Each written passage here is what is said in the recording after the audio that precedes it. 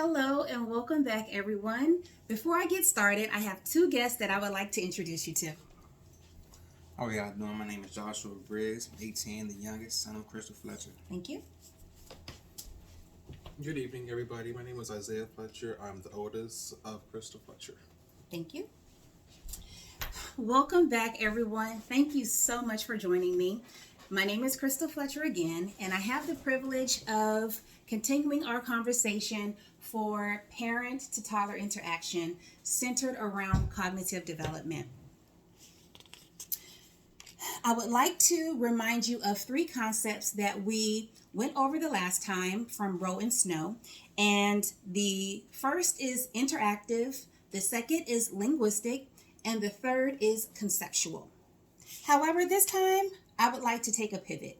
I would like to discuss factors that disrupt a healthy learning environment for toddlers. This could be depression. Depression has many faces. It can sneak up on you. Sometimes it doesn't even have to be a diagnosis. When you feel sometimes that you may not want to get out of bed, you are irresponsible in a sense. There is no desire to comb your hair or get up to cook for your children. The second is household dynamics when they change. This can be a scary thing for a toddler. They don't understand the world that is happening around them.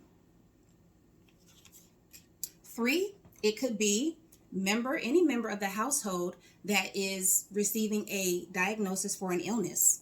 Or lastly, a career change. That is personally what happened to me several years ago, and it is a very daunting task when you don't have the words or the language to describe or express to your loved ones what it is that you're feeling, and this can also cause a state of depression. Sometimes these types of things happen and we don't have control over it. We must learn how to pivot through these situations. Proactively Pivot is a guidance on adopting the PBIS framework in response to crisis for students with disabilities. Catherine Clemens and other authors collaborated on this guide, and they gave us three responses for crisis. The first is leverage existing systems. Two is use data to guide decision making. And three, pivot practices. All to say, how can you work with the information that you have to work for you and your household? Cognitively, what's happening while you're navigating life, depression, household dynamic is changing, an illness or a diagnosis or career change or loss of employment, your child is learning through you. Toddlers, they mimic everything that we do. Cognitively, what's happening to the child's brain is a psychology term that I like to use called plasticity. Plasticity is simply a child learning something new for the first time. In some cases, it could be the parent, the guardian, or the caretaker learning these things for the first time with the toddler. This is very possible. The next term is qualia. This is a state of being. It's a characteristic that describes how you experience the world around you. How do we teach our children what qualia is? Let's think about vacation. When we have an all-expense paid trip to the islands, are we teaching the children what traveling is or what lavish spending is, what that looks like? What about a good dining experience or a bad dining experience? Are we showing them by our facial expressions and our body language if our meal that was prepared for us was incorrect? Did we show them how to have a conversation with the waiter that they may have messed up our order? Or let's talk about when you're in a new relationship. The new relationship is new. You want to be around them all the time, and someone cuts you off. Well, what happens then? You're not bothered, but let's say the relationship ends and the same person cuts you off and it's not so nice. You don't have so much to say. You're no longer smiling. While you're trying to figure out life, children are learning life through you. There's a famous quote by Dr. Miles Monroe, who is a best-selling author. He is a life coach and he is a leadership consultant. And the quote says, "If the purpose of a thing is unknown, then abuse and neglect is inevitable." Picture this, if you will. You are babysitting your baby cousin, Alex, who is 16 months old. You're in the living room and you're folding laundry. Alex is playing. He has no care in the world.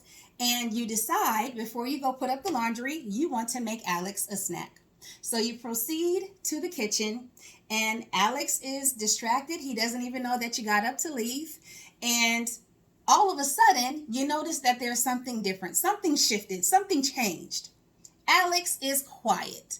Why do you think this is? You go around the corner to peek at Alex, and what is Alex doing with the laundry basket? He has it. He's trying to push it up the stairs. He has it over his head, or he's banging on it, right? Why do you think this is? Alex did not get his next set of instructions.